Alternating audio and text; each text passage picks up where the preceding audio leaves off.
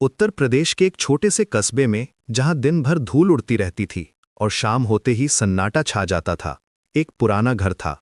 ये घर मुख्य बाजार से थोड़ा हटकर एक टेढ़ी मेढ़ी गली के आखिर में खड़ा था।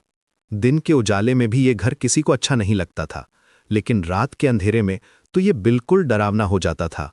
लोग कहते थे कि वो घर भूतिया है। पिछले कई सालों से कोई उस घर में नहीं रहता था। मकान मालिक ने कई बार किराए पर देने की कोशिश की थी, लेकिन जो भी परिवार वहां रहने आता, कुछ दिनों बाद ही भागकर चला जाता। कारण हमेशा एक ही होता था कि रात के 12 बजे वहां एक औरत का रोना सुनाई देता था। लेकिन सबसे डरावनी बात यह थी कि वो रोना घर के अंदर एक टूटे हुए शीशे के सामने से आता था। गांव के बुजुर्गों के पास इस घर की एक लंबी कहानी थी। कहते हैं कि 50 साल पहले इस घर में एक नवविवाहित जोड़ा रहता था। पति शहर में नौकरी करता था और अक्सर महीनों बाहर रहता था। पत्नी अकेली घर में रहती थी। एक दिन पति के वापस आने पर उसने देखा कि उसकी पत्नी गायब है। घर में सिर्फ उसकी सफेद साड़ी मिली जो खून से लथपथ थी। पुलिस ने बहुत तलाश की, लेकिन उसका शव कभी नहीं मिला। उसके बाद से ही इस घर में अजीब चीजें होने लगीं। पहले तो सिर्फ रोने की आवाज आती थी, फिर धीरे धीरे और भी चीजें होने लगी। दिन के वक्त तो वो घर बिल्कुल सामान्य लगता था, धूल भरा, सुनसान, दीवारों पर पुराने निशान, लेकिन कुछ खास नहीं। मगर जैसे ही रात के 12 बजते, अजीब चीजें होने लगतीं। पैरों की आवाज, दरवाजों का खुलना बंद होना, और फिर वो रोना जो किसी के दिल में सीधा डर भर देता था। गांव के बुजुर्ग कहते थे कि जो भी उस घर में आधी रात को जाता है वो कभी वापस नहीं आता। कुछ लोगों का कहना था कि शीशे में एक औरत दिखाई देती है। लंबे बाल, सफेद साड़ी और आंखों से काले आंसू बहते रहते हैं। गांव के कुछ बहादुर लड़कों ने कभी कभार रात में उस घर के बाहर से झांकने की कोशिश की थी, लेकिन अंदर जाने की हिम्मत किसी में नहीं थी। लेकिन रवि इन सब बातों पर यकीन नहीं करता था। वो शहर से इंजीनियरिंग पढ़कर आया था और इन अंधविश्वासों को बकवास मानता था। रवि का मानना था कि साइंस के जमाने में भूत प्रेत की बातें करना बेवकूफी है।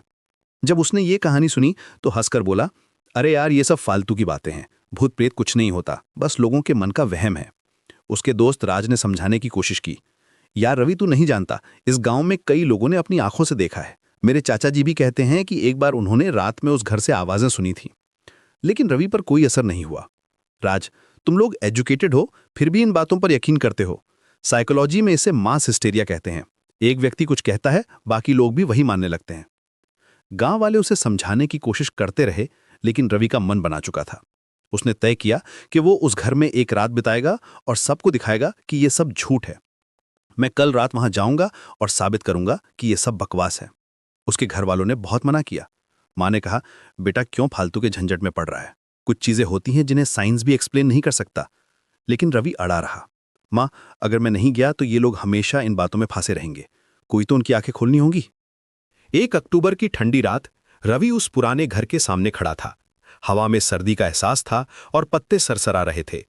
चांद आसमान में था, लेकिन बादलों की वजह से उसकी रोशनी धुंधली पड़ रही थी।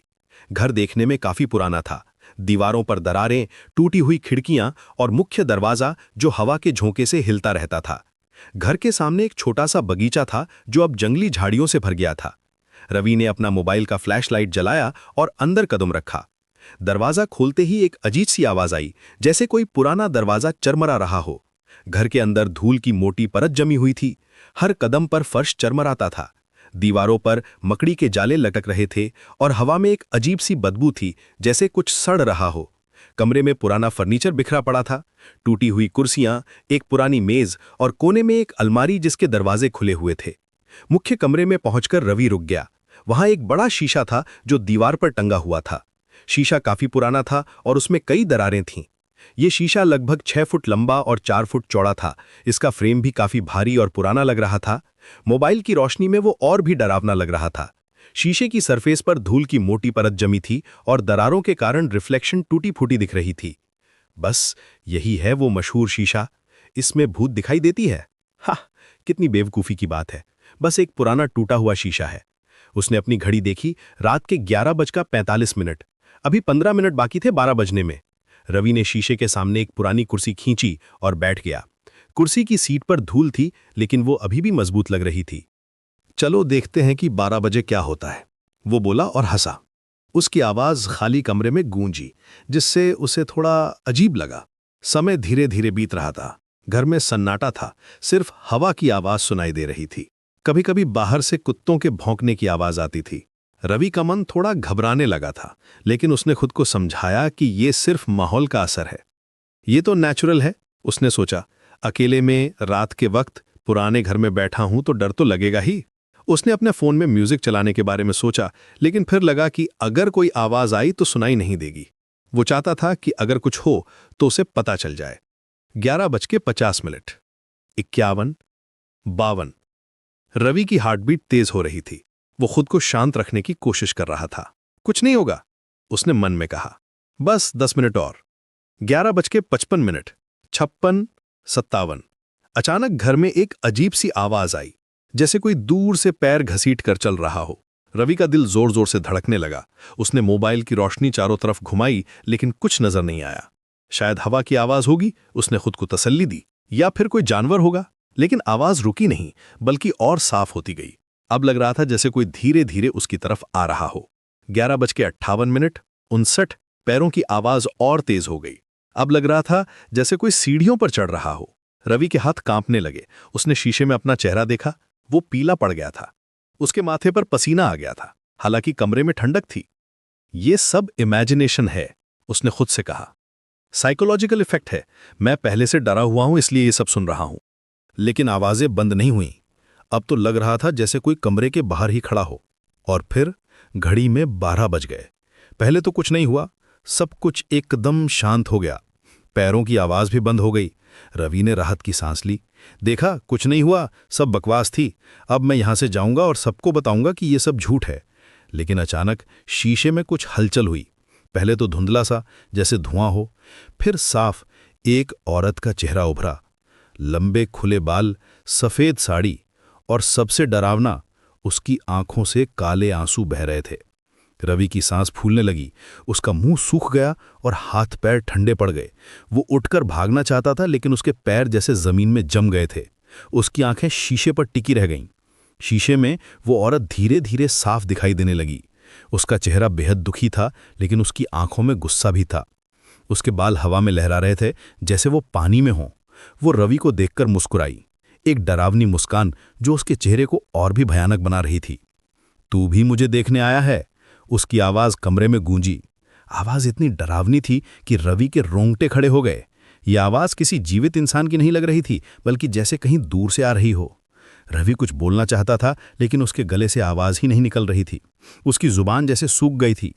औरत शीशे के और करीब आई। अब उसका पूरा शरीर दिखाई दे रहा था।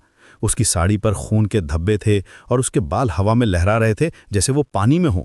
उसकी आंखों से लगातार काले आंसू बह रहे थे, जो उसके गालों पर काली लकीरें बना रहे थे। मैं यहां बहुत साल से हूं, वो बोली। इंतजार कर रही थी कि कोई और आए। अकेलापन बहुत बुरा लगता है। उसकी आवाज में दर्द था, लेकिन साथ ही एक अजीब सा गुस्सा भी। रवि को समझ नहीं आ रहा था कि क्या कर रहा है। उसका साइंटिफिक माइंड कह रहा था कि यह सब इम्पॉसिबल है, लेकिन उसकी आंखों के सामने जो हो रहा था वो बिल्कुल रियल लग रहा था। इस घर में जो भी आधी रात को शीशे में देखता है, वो कभी बाहर नहीं जाता। तुम सोचते हो तुम अलग हो, तुम सोचते हो तुम्हारी पढ़ाई लिखाई तुम्हें बचा लेगी। अचानक शीशा चटकने की आवाज आई। दरारें और गहरी हो गईं। पूरा शीशा हिलने लगा, जैसे कोई उसे अंदर से धक्का दे रहा हो। और फिर वो औरत शीशे से बाहर निकलने लगी। पहले उसका हाथ, फिर कंधा, फिर पूरा शरीर। वो शीशे से बाहर आकर रवि के सामने खड़ी हो गई। उसकी आंखों से अभी भी काले आंसू बह रहे थे और उसके चारों तरफ एक अजीब सी ठंडक थी। कमरे का टेम्परेचर अचानक गिर गया था। रवि चीखना चाहता था, लेकिन आवाज नहीं निकल रही थी। वो पीछे हटने की कोशिश कर रहा था, लेकिन उसके पैर हिल नहीं रहे थे, जैसे कोई इनविजिबल फोर्स उसे रोक रही हो। औरत ने अपना हाथ रवि के चेहरे की तरफ बढ़ाया। उसकी उंगलियां बर्फ की तरह ठंडी थी।